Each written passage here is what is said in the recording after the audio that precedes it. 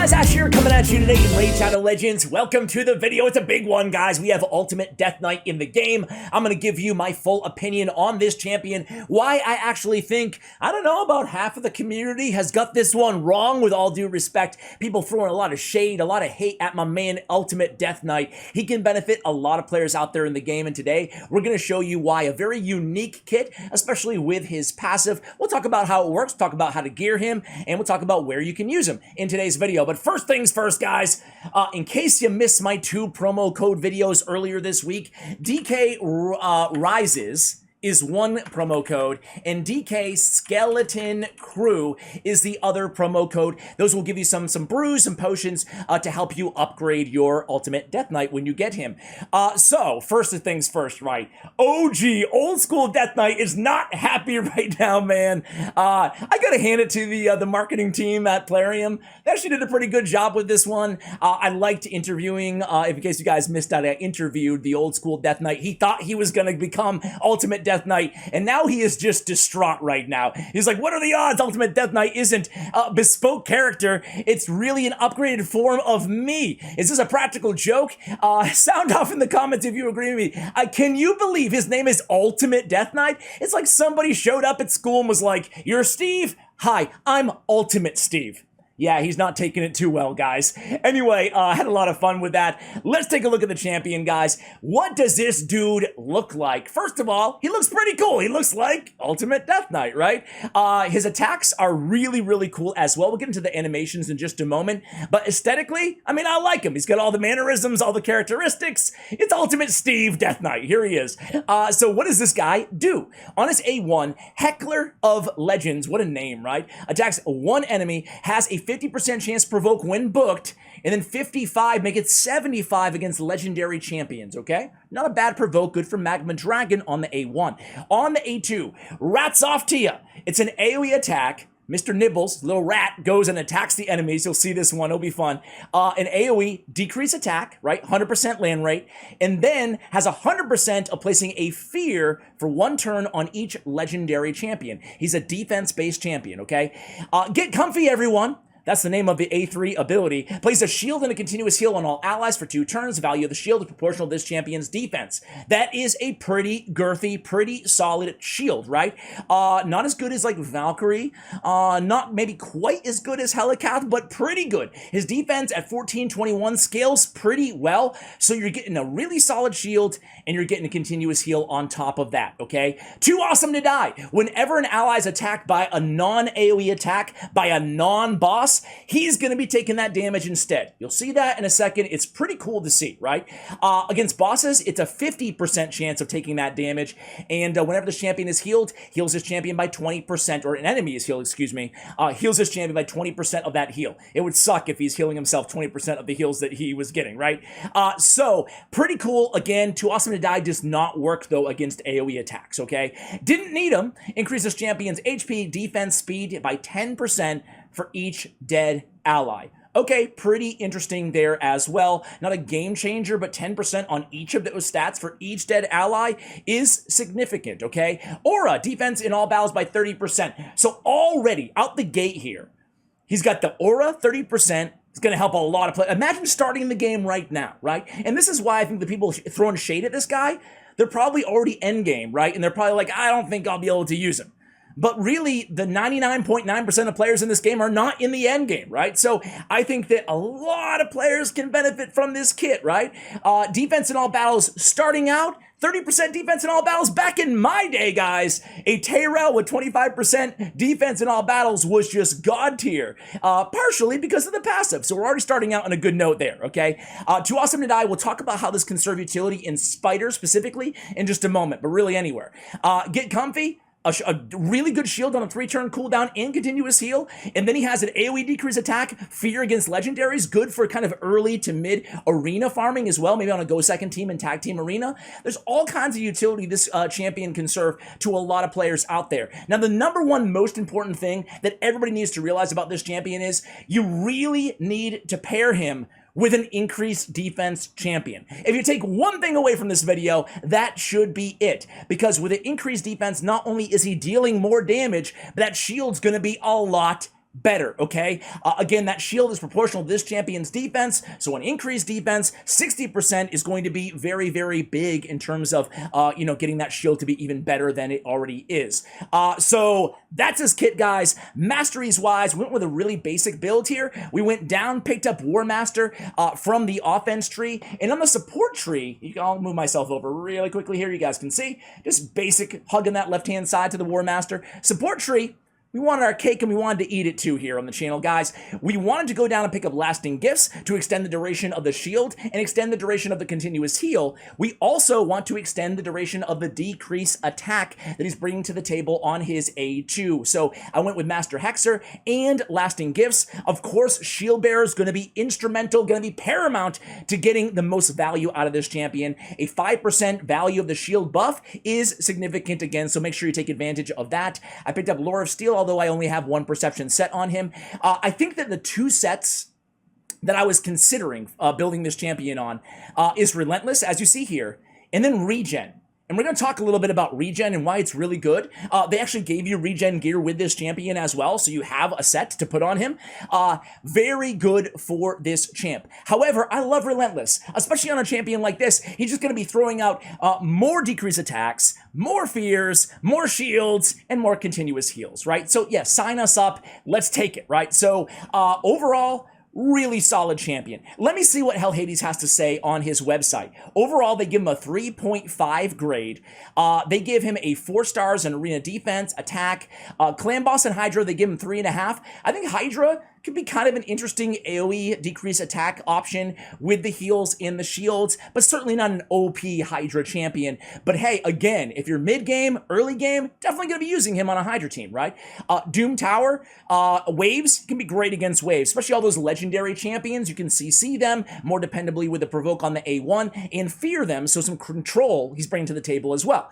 We get Spider 4-star, Ice Golem 4-star, great for support, that shield, just keeping everybody alive in a similar way that maybe like Miscreated Monster could help you in those dungeons, right? So decrease attack, godlike. Damage, legendary. Crowd control, great. Protection and support, godlike. I mean, with those rankings, you think you get better than the 3.5, Hell Hades. I kid. Magma Dragon, 5-star. Scarab King, 4-star with the shield and the Provoke, right? So that's what they give him. His multipliers are a 4 on defense, so hits pretty decently hard for a defense-based nuker. It's a strong overall grading, and a 3.5 on his A1, pretty strong there. So he can bring some serious damage to the table. I shouldn't say serious. Some decent, some respectable damage to the table. I think that's a better way to put it. Okay, so shield is worth 2.5 multiplier on defense. Again, so that's his kit. That's what the website thinks of him. Let's go ahead and try him out, guys. As I said, actually I didn't even show you the artifacts on him. As I said though, Relentless, I'm a big fan. I like Relentless on champions like this if you have the gear, but again, regen's going to work out great. Or just go with, you can go with just speed gear, perception gear. You do need accuracy. Talking about stat priorities on this champion, we need accuracy on him. And then defense. We want a lot of defense to take advantage of that shield again. And some speed. He's kind of a little bit of control, a little bit of support, so we want him fast as well. I put crit rate on his gauntlets here. Tried to, really maximize a little bit of damage, but a lot of defense. You can definitely make the case of just going all out defense percentage on the gauntlets, similar as the way you might build a Valkyrie, right? Defense percentage on the chest as well. Of course, we went speed on the boots, and we went defense, crit damage, or defense with crit damage trip roll, though. I think we can go either way on the amulet, depending if you want to maximize damage or get a better shield. And keep in mind the defense does help his damage as well, right? His base stats, though, base defense is solid. Base HP, really solid, almost 21k. And then we went defense on the ring as well. So again, just to repeat, we want speed, we want accuracy as our defense, speed, accuracy as our top priorities, and then get this crit rate up there, if you can, to 100% for a little bit of damage as well. So okay, here we go. Let's take him for a spin, guys. Let's start out in the arena. I just want to get this video out. I'm not even going to do the fancy edits in today's video. Let's start out against an easy team just so we can see what his abilities look like. I built this Go Second team. I love Mother Cybele, and again, we already talked about it, the importance of having an increased defense champion who's faster than him, so they go and set him up before him, right? So she's very fast at 308. By the way, guys, I'm going to have another video on Ultimate Death Knight. Subscribe, turn on your bell notifications. Sorry, I've been saying that too much lately. I'll never say it again. I promise. I really won't. Maybe on the promo code videos. We'll see. But she's obviously going to be a lot faster. What is he, 226 or something like that? Was it? Yeah, 226. So she's going to go first, increase defense, and that will set the rest of the team up beautifully. So it is a Go Second comp here, going against an easy team. But again, I want to show you his ability animations, and we'll have some fun here. So we're going to start out again with the increased defense. That's going to either get more damage or a better shield, whichever one we decide to go with here, right? So now we can go and let's slow it down, and you can see Mr. Nibbles, rat's off to you. Let's see the attack of the rat. Here it goes. Boom! So not bad on the damage there. You know, not incredibly OP, but, and again, this is a very squishy team here, but you guys get the point. Let's go against a little bit more of a challenging team. Let's work our way up here. This team actually, man, look at that team power, very, very low, but we should have no problem with them. I love Vogoth on any Go Second team as well, guys.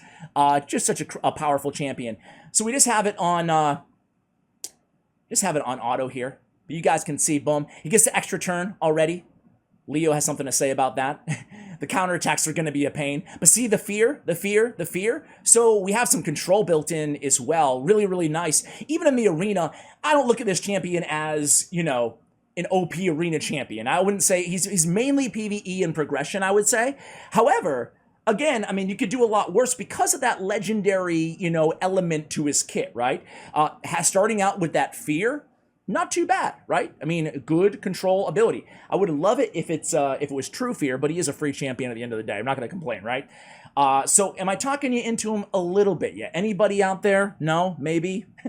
Let me know. If you disagree with me, I would love to hear why in the comments below. So even though this team probably doesn't have the best artifacts, they're still a very tanky team. It's taking us a little bit while here, but you can see how this team kind of works, the synergy. And this is, you know, I feel like a champion like this is going to give a lot of people another kind of tool in their toolkit to build a Go Second arena team, especially for tag team arena. You can have a lot of fun with this guy, bringing a little bit of control there with the fears, the decreased attack, mitigating damage, and then of course that nice shield to help your team stay alive for the long run, or even on defense. Let's go against one more team here, guys. Let's go against a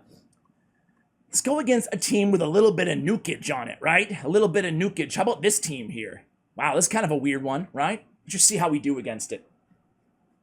They got the Saito, they got the Candyman, they got Syl. I'm kind of a little bit scared. But we go in there, we apply. Why am I scared, man? I mean, come on. That was a weird, unorthodox team. Let's go one more. Let's go against one of those Arbiter teams really quickly, and then we're going to move into Spider. I want to show you how that passive works, guys. So, Genbo team, but kind of a weird. Let's just go for a Trunda team. Screw it.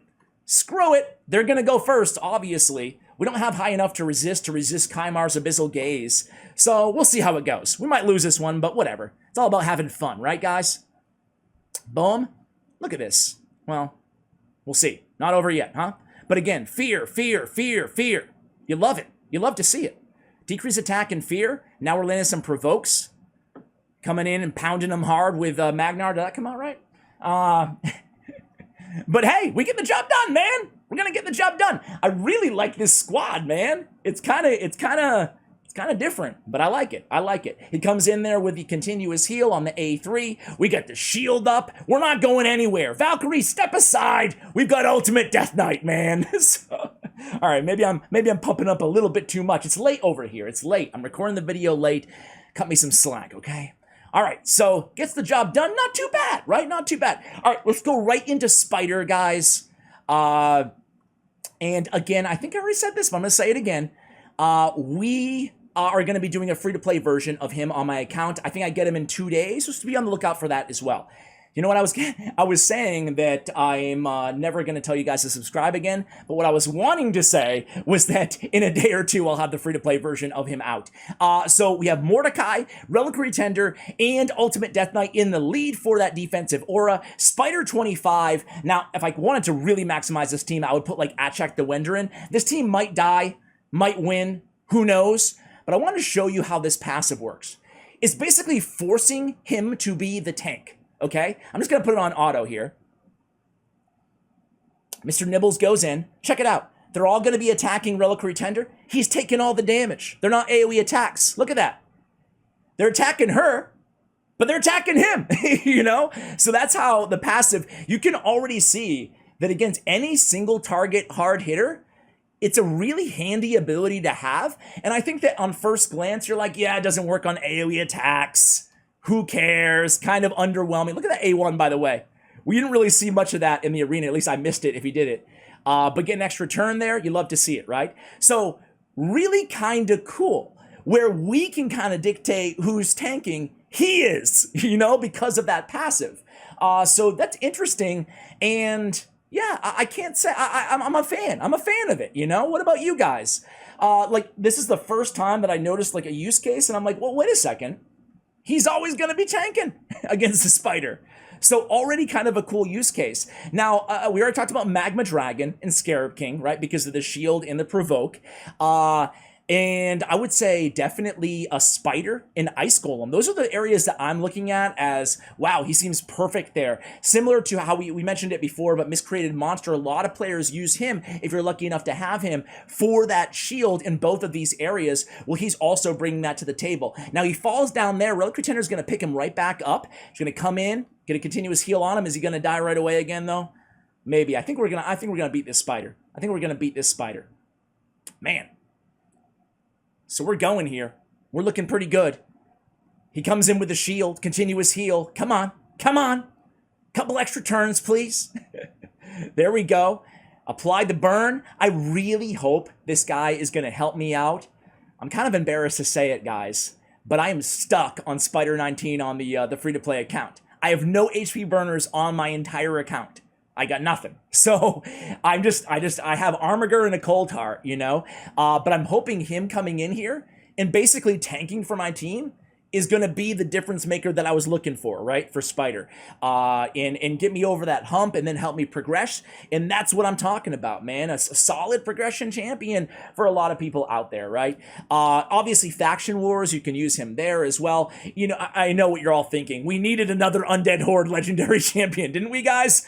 Oh, man. Oh, man. But either way, we get the job done. A 3-man team, or 2 men, 1 woman. But either way, it's fun, right? He's a fun champion. He's cool aesthetically. I love what they did with him. Let's go ahead and... it's already been almost 20-minute video, guys. You kind of get the point by now. Let me know what you think of Ultimate Death Knight. Having a lot of fun with this champion, and be on the lookout for more content with Ultimate DK here on the channel soon. Guys, have a great day. Have a great evening. I appreciate you watching until the very end, and as always, take care, guys.